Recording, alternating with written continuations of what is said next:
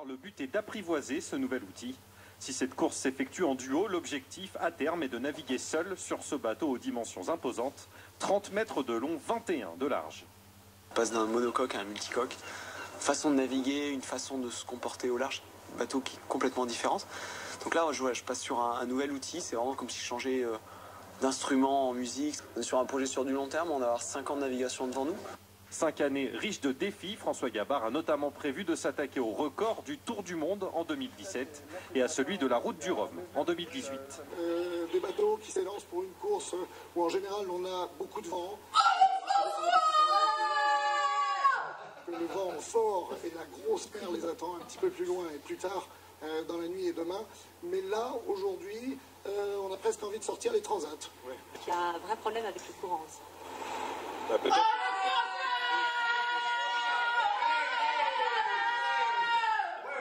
C'est quand même taillé pour faire de la route. Hein. Et là, ça ajoute énormément au stress.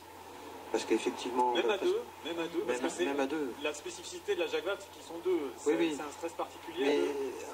Mais là, il y a un problématique, c'est que le vent annoncé n'est pas celui présent sur le plan d'eau. Donc il y a forcément beaucoup d'échanges. Tout à l'heure, oui. Donc il y a forcément beaucoup d'échanges entre celui qui va aller voir les derniers relevés et puis celui qui constate. Un équipage, c'est plus difficile tout seul ou à deux? Ou à plusieurs. Je pense que d'abord, moi, ça fait des...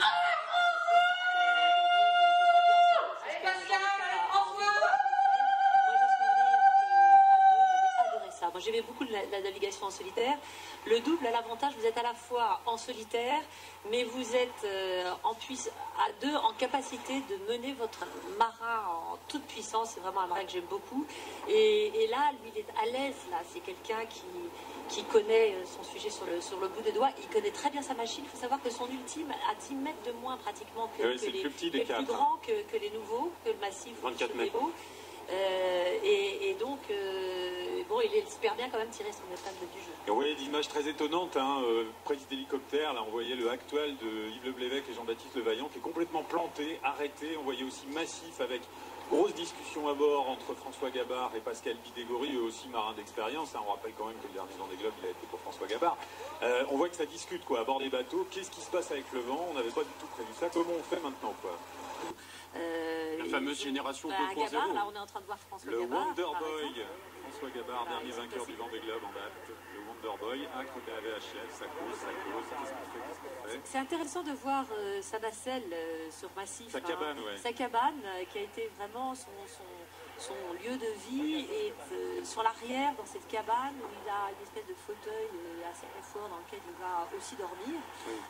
Il va plus rentrer à l'intérieur pour se reposer. Vraiment, la conception de Massif est assez intéressante à voir.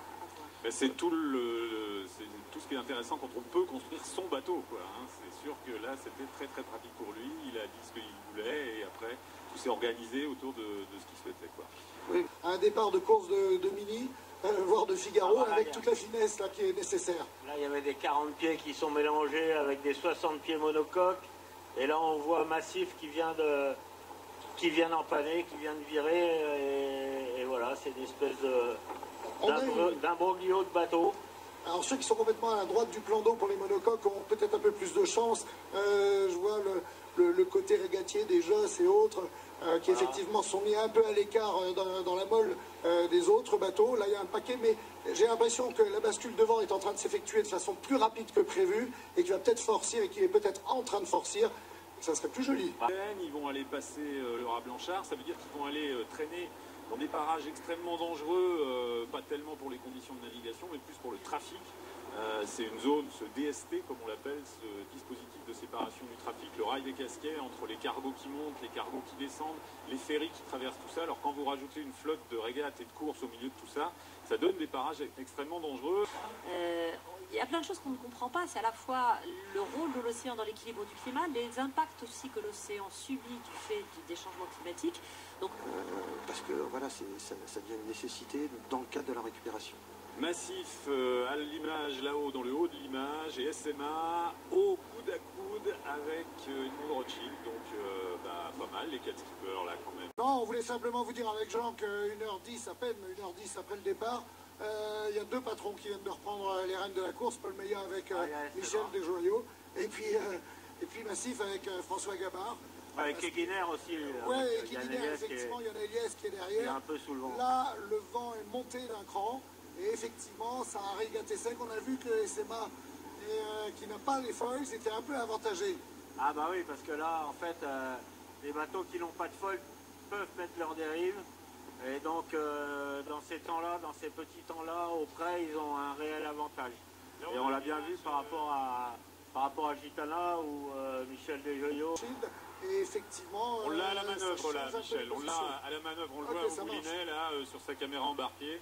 Il est sur les moulins à café là, voilà, et ça repart dans Ah, l'autre il est sens. sous notre donc, vent, on le voit. ouais, ouais. Et on a une très belle image on avait une très belle image de Massif aussi. On sent bien que